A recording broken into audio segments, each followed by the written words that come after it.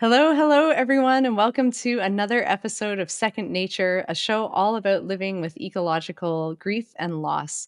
I'm your host, Ashlee Cunsolo, and I'm so excited to be joined here by another fabulous guest. This is someone whose work I really admire, I use a lot in my own work, and has really challenged the understandings of the research field in climate change and mental health, and climate anxiety, and ecological grief and loss. So please join me in welcoming Dr. Charles Ogunbode, the assistant professor in applied psychology at the University of Nottingham in the UK. His groundbreaking research investigates the social and psychological factors that really shape people's beliefs, feelings, and actions regarding climate change and many environmental issues. He's done work all over the world, including in the UK, Africa, and the South Pacific, and his work has relevance for all countries. He focuses a lot on climate change impacts on people and community, but with a really specific focus and emphasis on the unequal impacts of climate change in the global south and on ethnic minorities around the world. As I said, I've been a long admirer of Charles's work, and I'm really excited because we are about to start working together on a new multi-year international project. So we're all working on embarking on a new journey, and we're not quite sure where it's going to go, but I'm really excited to have this opportunity to learn more because Charles's work is really fantastic, and the thinking that he's doing in this space is something that's valuable for all of us that work in this area to really know and absorb and to really challenge how we're thinking about the topics of climate change and mental health and grief and anxiety, particularly from the perspectives of power and privilege.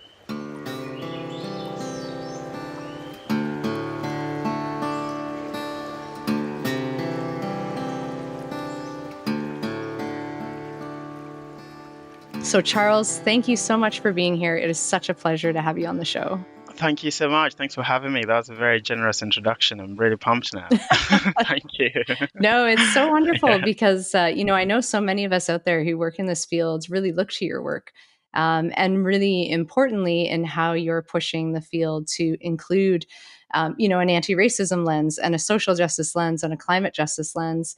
And I think one of the pieces that I've always really admired with your work, but that I try to keep in my own work, is that climate justice and social justice should be the same thing, that we're not separating them out. And I'm wondering if we can just talk about how you got into this work, what led you here, and then all the wonderful things that you've been doing over the last few years. I think about myself as being kind of a sort of reluctant, yeah, climate justice, social justice kind of researcher in a lot of ways, to be honest, because my background is very so traditional. The training I've had in psychology is very traditional, and things around questions of equity and inequalities and things like that were such a big part of it. It was very much a universal, looking for the universals and things like that. But obviously, you engage with the real world, and it becomes apparent to you that it's not quite that straightforward. So my background was I originally wanted to be a conservationist. Interesting. Yeah, my first degree was in wildlife management. I just kind of meandered my way, actually, when I think about it. I wanted to be a journalist, but my parents wanted me to do something in science. So Very I interesting. signed up. Yeah, it's quite a funny story. Yeah. So I signed up for this degree because the promise that along the line, we would have a year where we got to travel around and go to protected areas and things like that. And I thought, oh, the travel sounds fun. So I signed up for that degree. It was a lot of sort of lab-based stuff initially. And then in the fourth year of study, we had a year out. Yeah, it was a great experience. I traveled around these protected areas in Nigeria.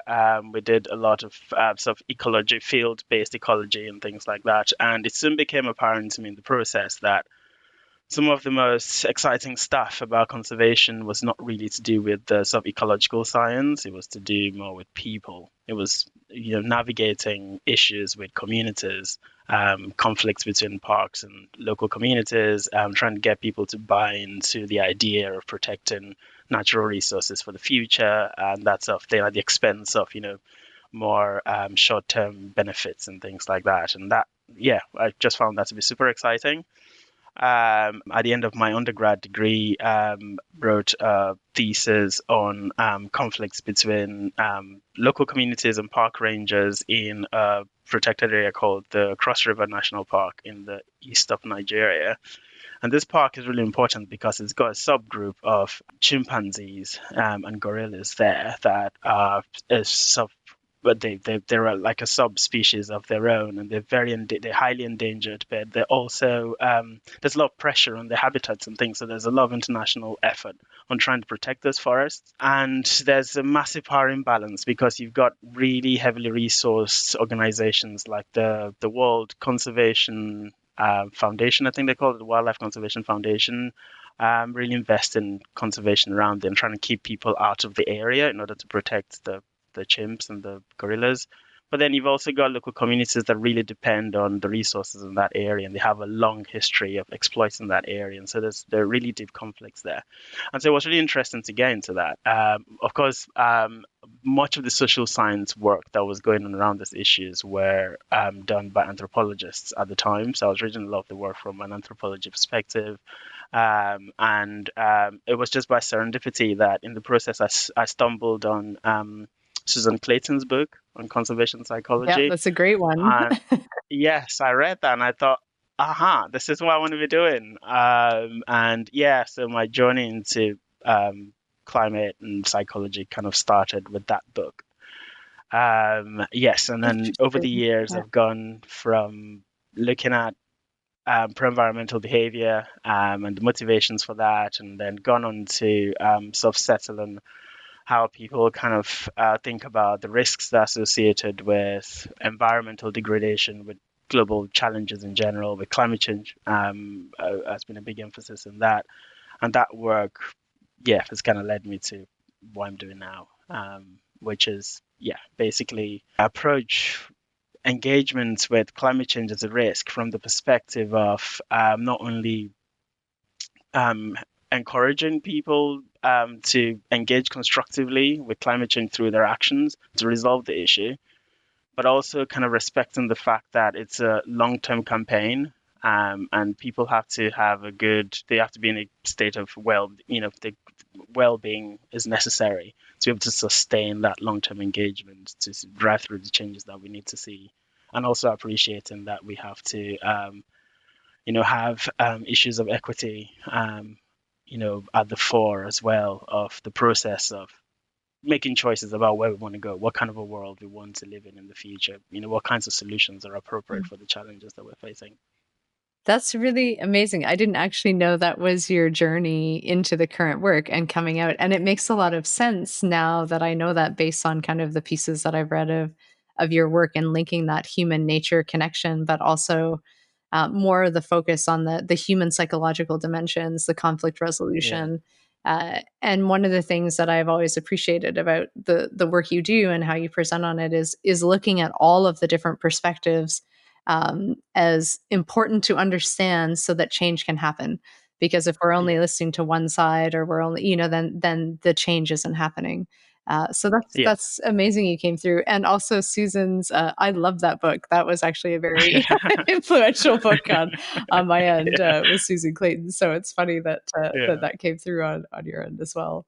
Uh, yeah, yeah. No, it's a great book, really great book. Yeah. So have you, as you were going through and, starting this work and then coming around through into the psychology and moving into climate change, had you been having your own experiences with any of the emotional or the mental impacts of climate change personally yourself? Yeah, so the two main experiences that stick out with me, looking back. So and I would say at the time I had those experiences, I didn't quite have climate change as a narrative to make sense of them. It wasn't really apparent to me, but they were big, quite sort of influential experiences on my trajectory. So the first was being in school and learning about it was natural resources depletion, and particularly deforestation is a big issue in Nigeria because we had massive expanses of rainforests that have just been decimated through international commercial exploitation basically. And we sort of learned about that at school, and this issue about, like, we've got to conserve and we've got to, and that kind of struck a chord with me. I thought, yeah, we've got to be doing something about this, and I want to be involved with something like that. So that part was good, but I also realized very early on in that process as well that a lot of the work that we were exposed to and a lot of the thinking, yeah, were just almost entirely written by people from a Western perspective. And the issues kind of resounded with me, but there was also something about the description of the presentation of the issues that didn't quite connect with my own direct experience of what life was like. And I guess that's what comes through with this kind of trying to look at things from all different perspectives, because there was what I later on came to learn um, has been described as sort of this fortress conservation approach, where it's kind of like we've got to save the forest and we've got to save all the animals at the expense of everything else.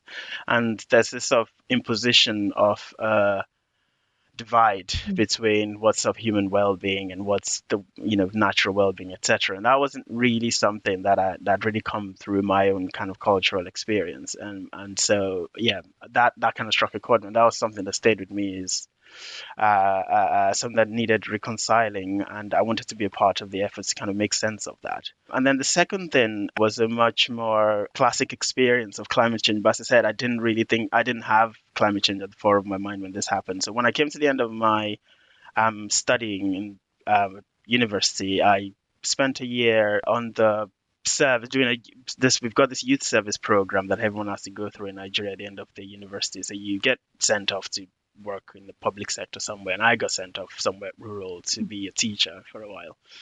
And while I was there, there was a day when it suddenly just started to rain, started to chuck it down for about 3 hours. It came down really heavily, much than I've ever experienced, and the house I was in flooded. And I remember at the time thinking, "Oh my God, this is so." It was just so powerful. It was just this was happening. It was unfolding so rapidly, and there was nothing we could do about it. We were fortunate that the back walls in the sort of compound kind of came down, and eventually the water was able to just kind of flow out of the house. So Wow. obviously all our belongings were damaged and things, but no one was injured, anything like that. But in that short period of time, I just got a snapshot of how powerful sort of natural forces can be and how quickly things can unfold.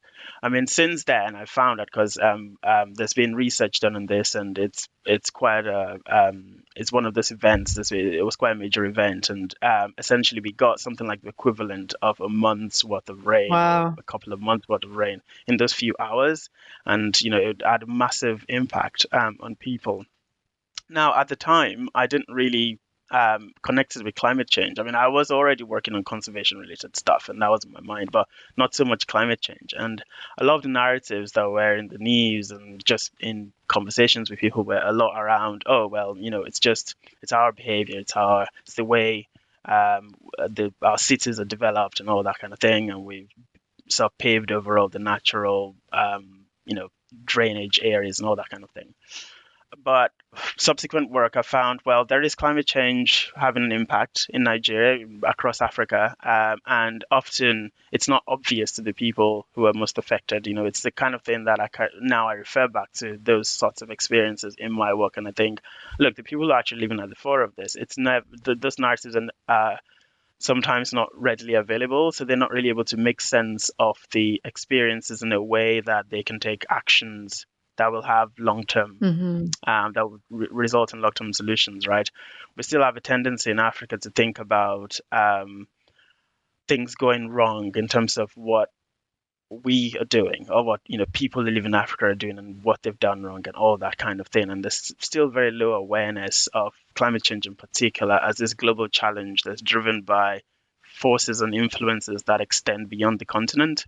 And yeah, so I've sort of tried in part of my research now to try to engage with that a bit more, to be able to kind of connect people with that.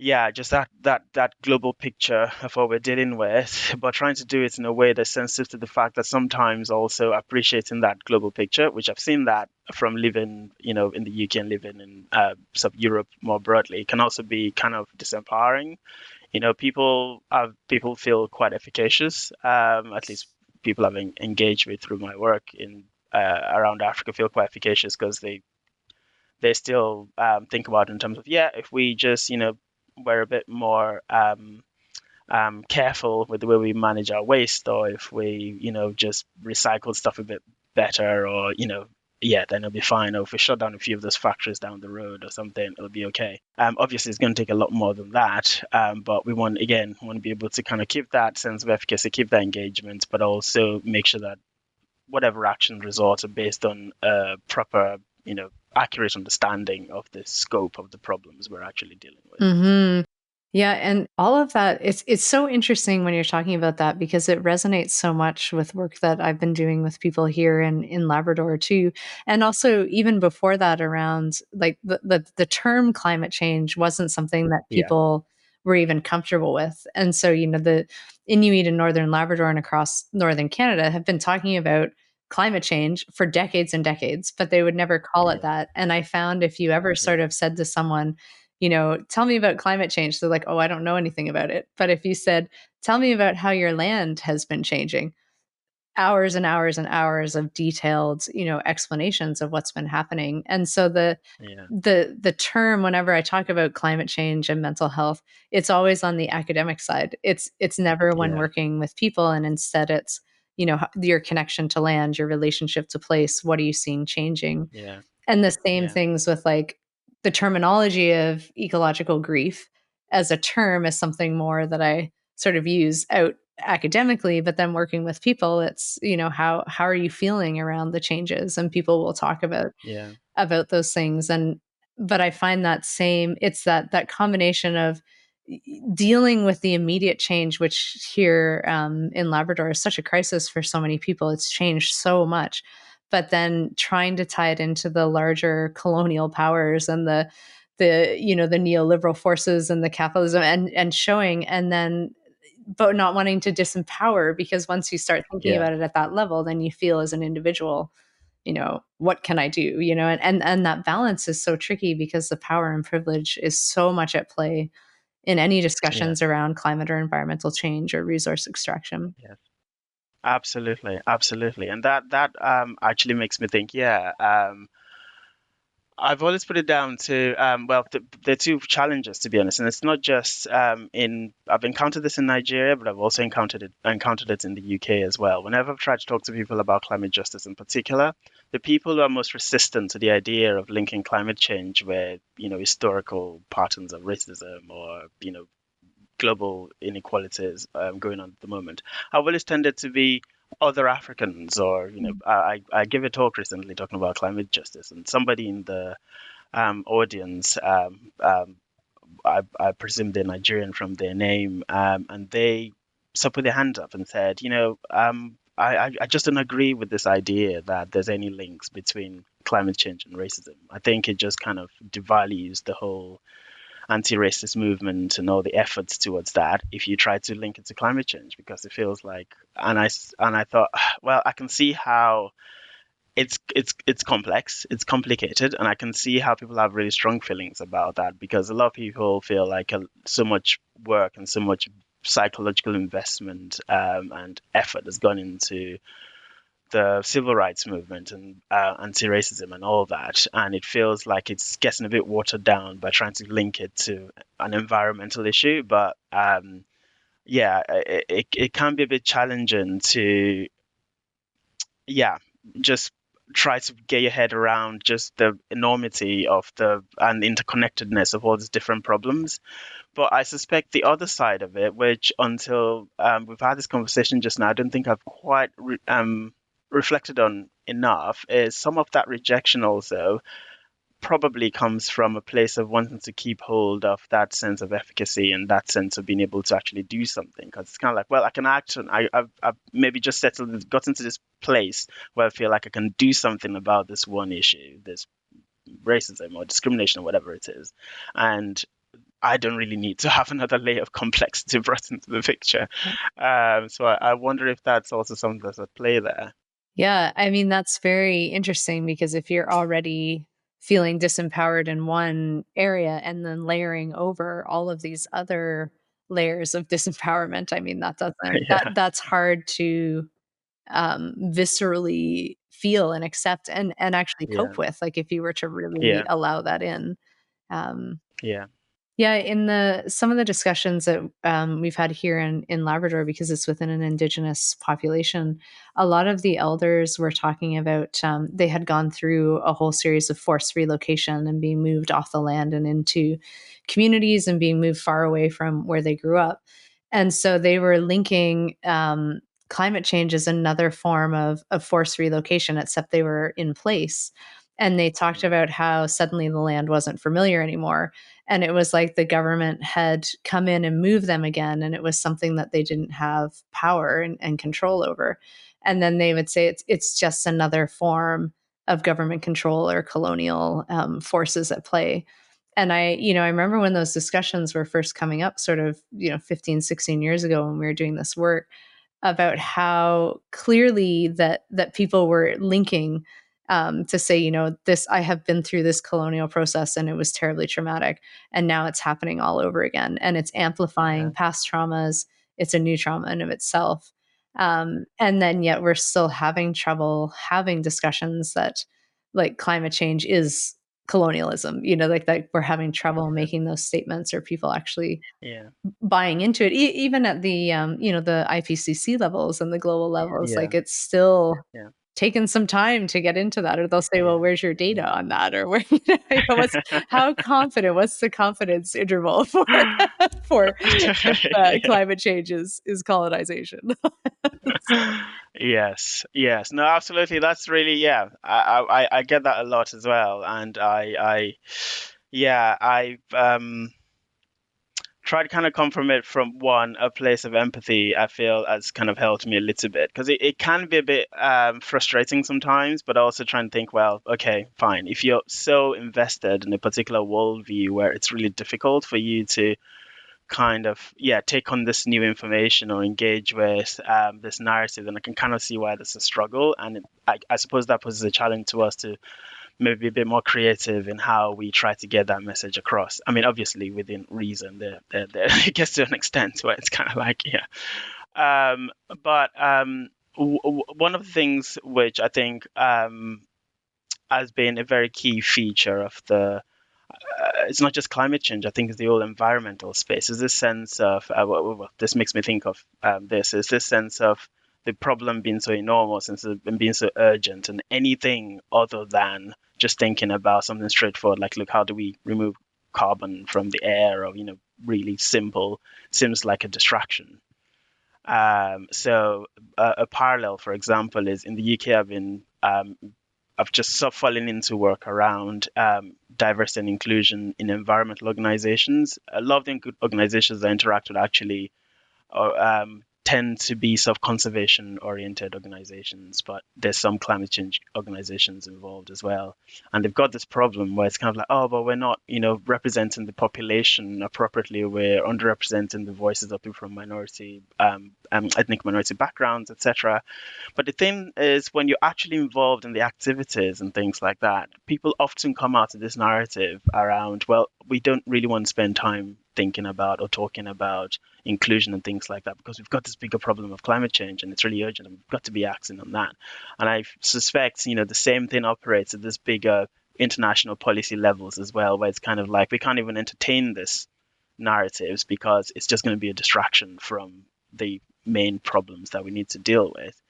And yeah, we've just got to spend a bit more time. I suppose, put more effort into really broadening the understanding that these issues are not in fact separate. They're very deeply intertwined. And take this opportunity to sort of plug a little bit of our work. I've been involved with Susan Clayton in the collaboration, and a bunch of other people around the world as well, where we've gathered some data on public understanding of climate justice. Because you often hear, activists and climate advocates and people involved in policy, people are basically already engaged with climate change quite deeply, talking about climate justice, but we don't really get much of a sense of what the general public think about it. And so we gathered all this data from 11 countries and asked people a bunch of questions, kind of trying to tap into the fundamentals. unequal distribution of impacts across people from different income levels, for example, across different countries, global south and global north. And also, but importantly, also asking people if they think climate change is linked to colonialism, if it's linked to Interesting. yeah, I was really I was surprised. There was a very large, something about 70% of people across all these different countries agree that colonization is linked with climate justice. Sorry, with climate change. Really? I have to say that surprises Absolutely. me too. That's not where I would have thought. Yeah. That's incredible. I I wasn't expecting that at all. I was really I was yeah, really surprised by that. We also have similar proportions of people saying that capitalism and exploitative systems like capitalism are key drivers of climate change as well. And I think one of the biggest, well, what I see to be most valuable about this research in particular is I feel with climate justice, there's still a sense of that, what's it called, the pluralistic ignorance thing, where a lot of people don't know that other people have those beliefs. Yeah. And through this work, I'm hoping that we can kind of bring that to the conversation as well and say, look, in fact, there is a lot of support for this perspective, this understanding is quite widespread, and we need to be seeing that reflected a bit more in climate policy and whatever solutions we're coming up with as well. I was really encouraged by that actually. Yeah, I'm super heartened that that is such a strong result because I wouldn't have thought that sort of based on, what you kind of see in the general mass media and different things. So that's Yeah. that's actually really excellent, and what a great piece of research to then share to push the discussions forward. Absolutely, yeah. So it was really exciting to see that. But the on the flip side, there were very low levels of support for things like the gender um, inequalities in climate change impacts. And also inequalities in the distribution of impacts across people for people of color, disproportionate impacts of people of color. And I think part of the problem with that is people find it difficult to connect the dots. They kind of think about climate change in terms of, well, that woman next door to me, say here in the UK or whatever. I don't know, say flooding is one of the big impacts for us in the UK, or heat waves or whatever. They might think, well, that doesn't affect this woman I know any worse than me. But it's much bigger than that. And some of the feedback we've had on the findings have been that depending on where you are in the world, the evidence for this is more accessible to you than it might be for people elsewhere. And I guess that's where the work needs to go into bringing that evidence to people, trying to make it accessible and getting people to understand how they're sort of linked with one another. Simply buying another electric car is not going to solve the inequalities, and we've got to, yeah, we just really need to be a lot more creative in our thinking around how we're going to get ourselves out of this crisis that we found ourselves in, Mhm. and engaging with those issues of equity is a key part of that. Yeah, and the piece around particularly in large urban settings where people feel like, "Okay, everyone we're all living in this giant city, so we're all equally affected." Yeah, And I yeah, find when you're looking in other places or rural or remote settings or other places around the world, people are start to see it a little bit differently, but I find a lot of the work that yeah, I've done in urban settings, it is that it's like, well, everyone's the same. It's like, no, not that yeah, is not accurate at all, and so yeah, yeah, and that, so it's interesting that your research is pulling that up as another key area to start to figure out how to communicate differently and yeah, provide that different framework that's so important, particularly as absolutely, climate yeah, change continues to worsen and more and more, millions and million well, billions now of people around the yeah, world are really at the front lines. yeah. Yeah. I think the urban experience is really interesting as well. And there was some work that was recently published by Adam Pearson, I think it was, at Pomona, where they looked at the perceptions of people of color about the disproportionate impacts of climate change in the US. And they found that even people of color tend to underestimate the impact on them and the inequalities of the impacts. And I thought that was really interesting Interesting. because you see similar patterns in the UK as Yeah. well, where people who live in urban areas, even people of color who are deprived and who are worst affected by this, don't actually recognize that to be a trend. And they think, oh, well, climate change, just affects everybody. Or they don't consider it to be an issue that's particularly relevant to them. Mm. But yeah, again, as you were saying earlier about the experiences with Inuit communities, if you said, what do you think about flooding? Do you think you're worse with it? Oh, yeah, obviously, or air pollution, or they'll have loads to tell you about and point at all sorts of evidence. But as soon as you bring in climate change, it's just kind of this sort of nebulous, Yeah. abstract, yeah, thing. Yeah, Yeah, as though you have to be a scientist to talk about climate change. yeah, Yeah, and people say, "Well, exactly, I don't know any of the science." I'm like, "Well, you just like, spent 2 hours talking about the science," but and I yeah, find sometimes those terms, like, I try not to use them unless I'm in sort of more academic settings and just talk to people yeah, and start where people feel, where they have a connection because humans have yeah, connection to place and, we love yes, certain areas, and so kind of starting there and starting the conversation with people around, have you noticed any changes? And yeah, 9.9 times out of 10 people have seen a lot of changes, but even if they don't believe in climate change, they have seen something happen that has affected them. And I find yes, that, because people will always ask me, they're like, "How can you talk to people who don't believe in climate change?" I'm like, "But at the end of the day, we're all connected to place, and that's where you can actually yes, start." And that yes, idea of, what have you seen change and over your lifetime, yeah, and generally people have, and it yeah, impacts them, but they just didn't realize yeah, what yeah, it was. And so, yeah, starting with place and yeah. community and connection and is just a stronger way to get in often to have that more Yeah, no, authentic conversation. I absolutely agree with that. There's a line from some data we gathered a few years ago in Nigeria that I'm dying to use in the paper, where the question was, how do you feel about climate change? And one of the respondents came back and said, well, how am I supposed to feel? Um, and yeah, that was it. They had nothing to say. Whereas when we posed the question as we started off just asking people, what's changing the environment recently? And people talk about the heat Mm.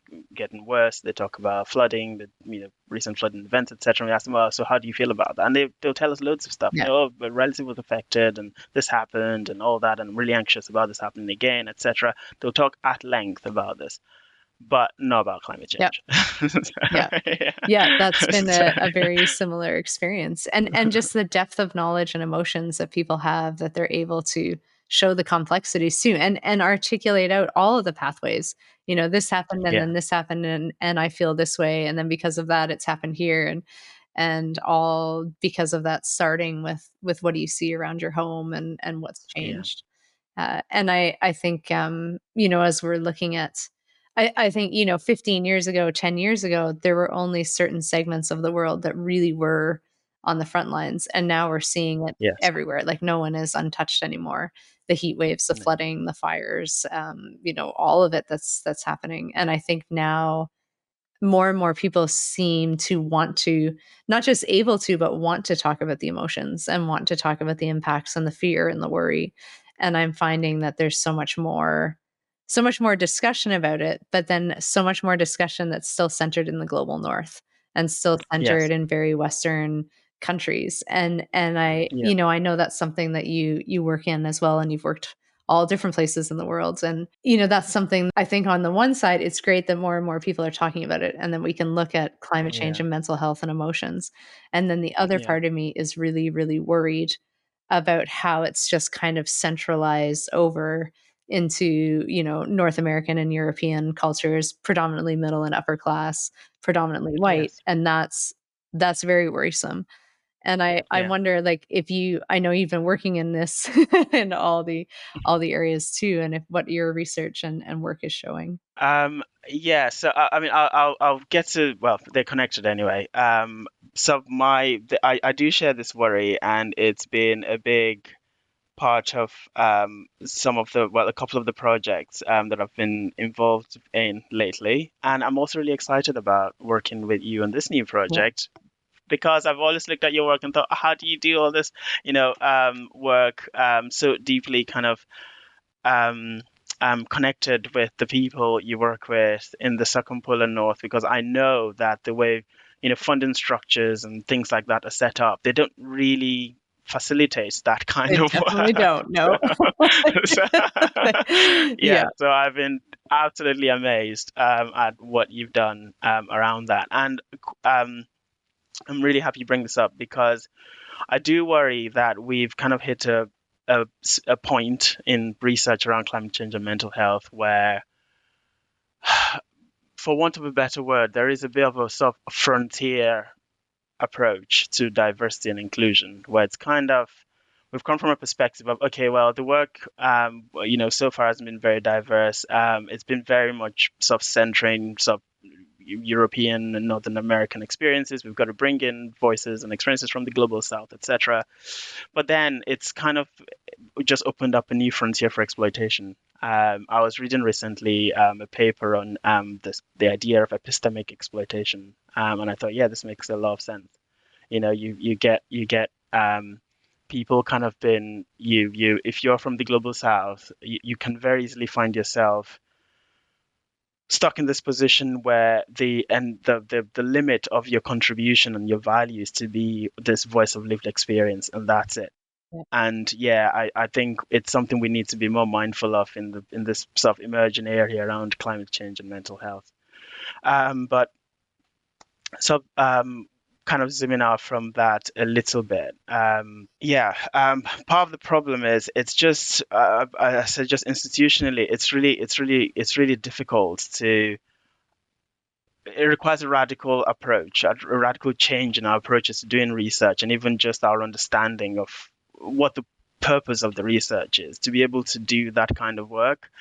And I think the institutions we operate in, the starting from, okay, say something like the conceptions of credibility. You were saying earlier about people saying, "Oh, I don't know the science, so I can't really speak to that." It comes from not all the way from not being able to express an opinion because you don't feel like you can speak credibly on it, all the way to even who can do research on these topics and feel credible in doing that research. And there isn't enough interrogation of all for all of that for us to be able to kind of tackle those issues. And so recently I was speaking to a journalist in the lead up to the last COP, and they said, "Oh, can you tell us about the research you've been doing?" So this person was from the BBC, and they were asking about, can you tell us about your work, in the global South, etc. Because obviously it's going to be really important to bring those voices here, etc. And I said, well, in all honesty, I don't really want to, because what ends up happening is that the experiences of people in the global South, people at the front line of climate change impact, so Indigenous communities, people of color, whatever group, they become a sort of accessory to a story that's really about white people, Hmm. basically, in the global North. And we really need to, this is if this is as much as I can do, I'm happy with that, but I'm not going to contribute to that. This sort of, oh, hey, look how bad it is for those guys. And even if it's instrumentalized to be like, look, we have some kind of moral obligation to respond to that, to do something about it. I appreciate that. But that's been going on for a long time, and I think we can do better than that. Hmm. Because the problem with that is when you're just that person who's affected, that victim, that person who gets instrumentalized for a purpose, it gets in the way of being able to actually have genuine collaborations and partnerships and being on an equal footing, working together to find solutions. And I would love to see some more engagement, you know, with these kinds of questions, particularly, when we're talking about some of the psychological aspects of, because I feel like we're a bit late to those conversations, in my sort of corner of academia anyway. Hmm. No, I think you're exactly right. I mean, the it is late, and it's so interesting how it wasn't accepted for so long, and then all of a sudden now it's this ubiquitous narrative, but predominantly white and predominantly North American and Yeah. European. And then I completely agree. Everyone else will come in as like a little line, or I've noticed a lot of the media stories are sort of back to, the poverty narratives that were particularly Yeah. strong during like the 90s and the 80s around like, Yeah. oh, the poor people. And now it's like, Yeah. oh, the poor climate impact. And Yeah. having this sort of very strange, very negative, Yeah. fundamentally racist undertones and overtones around like, oh no, another layer on top of all of these other things. And but not actually providing any sort of authentic humanity to people or shared experiences that that could be happening. um and it's yeah, I really like that piece that you shared around the epistemic kind of extraction, because that's what it is. It's like, Yeah. oh, we have to diversify. Where's the person? Yeah. What do we do? Yeah. Thank you for your quote. It must be so awful. Have a great day. Like that, it's this Yeah. really interesting, um almost like a franticness in like, what are we gonna do? How are we Yeah. gonna do it? But without sort of that Yeah. authentic understandings of how can we actually do it, and how will people be able to integrate in and have space to reshape Yes. the whole narrative of it too, right? And Absolutely. Yeah. I worry a lot too, and I like, when you put research out 15 years ago, and then it's like, do you contribute, like, you kind of see the lineage of what you've contributed to. It's like, oh no, this is, I'm worried about this. Yeah. This is not where, the evolution was envisioned. And yeah, and I Yeah. find I turn down a lot of media now, and I like recommend other people, or I'll try to reframe stories when people come to me, and it's, because they want to hear like either the awful narratives or the hopeful narratives. And then like, well, I Yes. won't provide either of those, like that. That's not where we need to be. So Yeah. yeah, but I'm excited about the work that you're doing, because I think you're expanding out from so many different directions into this area to really challenge the very ubiquitous narratives that are out there now, and that are Yeah. becoming increasingly concerning, because we need people to Absolutely. come Yeah. in, and we want Yeah. people to be able to take a mental health lens to climate justice, but not if it's only a small segment of the world and the population, or if it's one from one Yeah. tiny lens. Um, Yeah, absolutely. Yeah, yeah. I mean, I think honestly, it does come down to social connectedness and social connections, relationships, that sort of thing. It does. It sounds kind of trite to say that because we all know this. We know the importance of social connectedness for well-being, for example. We know the importance of, collective action. People working sort of in concert to affect change, and how that's important for environmental behavior. At the root of all that is relationships. I don't understand why it's so difficult to do that when it comes to research.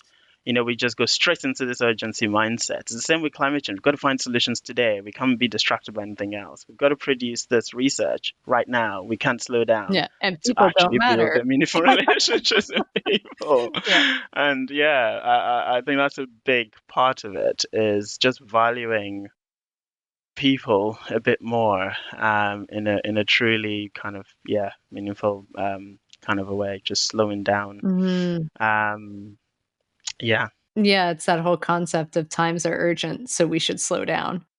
and Absolutely. and build Yes. those relationships and have those conversations, and take even though the work is to, save humanity and save people in Yeah. quotations to stop climate change, people aren't being included, which is really amazing. And I was like, and the constant sort of like the technocratic push that will save us all, and we don't need to think about people because Yeah. the machines will will fix it all for us. It's like, Yeah. seems problematic, but Yeah. so, Charles, we both do a lot of work looking at climate change and its impacts on mental and emotional health and well being, and particularly all the diverse ways in which environmental change, in all its forms, really impacts the human emotional experience. So, I'm wondering if you can talk about what your work is showing in that area, what you've seen, both from your direct research, but also what you're seeing globally. Well, it's a really exciting time to be doing research around climate and emotions, because I think over the last few years there's been almost a sort of surge in emotional literacy we've got so much resources now to be able to kind of describe quite in a very granular way what we're experiencing, and that's certainly coming through in the research and sort of the range of terms that people use to describe what they're experiencing. But what's also really interesting is the diversity of the manifestations of the same sorts of things. So let's take something like, say, eco-anxiety, for example. It's very broad. There's evidence of eco-anxiety being it's a concept that people can identify and relate to all around the world. But when you speak with people and ask them to talk about their experience of eco-anxiety, I'm still always struck by the diversity of things that they come out with. And in some of the work we're doing right now in the Philippines with young people, so following on the back of Caroline Hickman and colleagues' study, where we're taking a bit of a deeper dive, getting people to talk about their emotions and mapping them onto varying degrees of eco-anxiety. Um, I'm seeing a lot of there's a lot of sort of intense, powerful emotions. People feel a sense of loss. I mean, one of the strongest things that comes across actually is this sort of erosion of um, what's kind of familiar and what feels safe. People talk a lot about home. There's a lot of reference to sort of home and the changes in their surroundings and things like that, and that comes through very strongly. But what was really interesting as well, though, was that irrespective of the intensity of feelings that these young people described, there was some sort of compartmentalization Mm. of it. People are quite optimistic about the future, and people are kind of getting on with life and things like that. And not necessarily in the sense that they're engaging with the issue and doing something about climate change. They do say, I don't really feel I can do anything, but they, yeah, just kind of box it up. Um, and so we're trying to explore the questions around that to say, how what's the impact of this? Because this emotions need to come out in some way. We've got to engage with them. We've got to put them into some kind of constructive kind of outlet.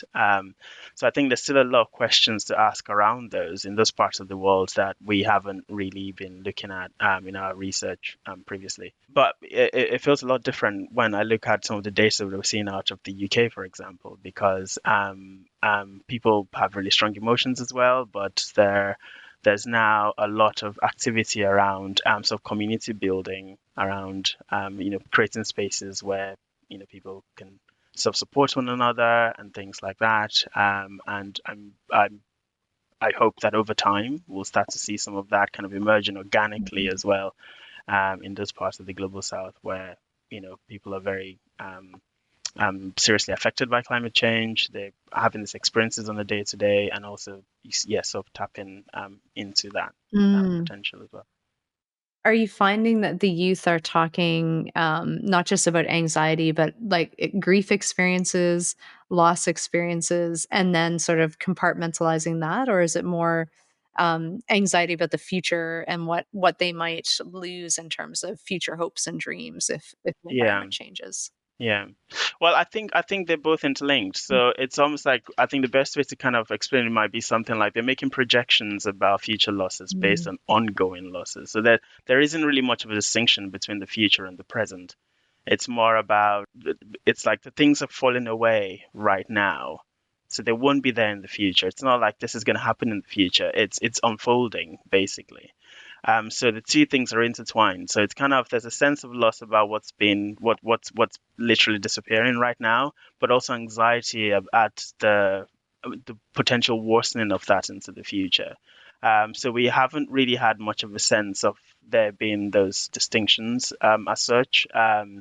But what's definitely clear is that there is really widespread recognition of the issues, certainly with the young people we've spoken with in the Philippines and also young people across West Africa. There's a really strong, there's a very keen awareness of the unfolding problems. And kind of disheartening that also a very low kind of sense of agency once you start talking about climate change in that kind of global sense. A lot of externalization, it's big companies, it's the Mhm. government, it's, what can I do? And things like that. So, yeah. So Yeah. I think there is, yeah. I love how you like it's the falling away and the future loss at the same time. And that's certainly with Yeah. a lot of the work that we've done is people will talk about it as continuous loss, like that Yeah. you're living in this sort of process of every day there's loss. And so it's really hard Yeah. to have some sort of grief Yeah. moment because it's just unfolding, like they're living it in the Yeah. moment. And Yeah. a couple of the people that I worked with say, like it's when you lose something or there's a break event, you can mark it and there are rituals and there are moments. And yes, it's incredibly painful, but you have this sort of understanding or what it is. But when you're just losing it every day, bit by bit, so you've got the current loss, you've got the projected future loss, you've got anticipation, you've Yeah. got pain, and that's what people were struggling with. It's like, what do I do with this? Because it's Yeah. not this. And that I Yeah. think is something when you mention emotional literacy, like we don't have a lot of grief literacy and we don't have at the best of times. And then you add on all of these layers of environmental and climate change. And I think people Yeah. really struggle with that and even how to define it or how to explain it to others Yeah. or how to say like this is what I'm feeling because it's so complex. And so I Yeah. totally understand why you would compartmentalize it. Yeah. Yeah.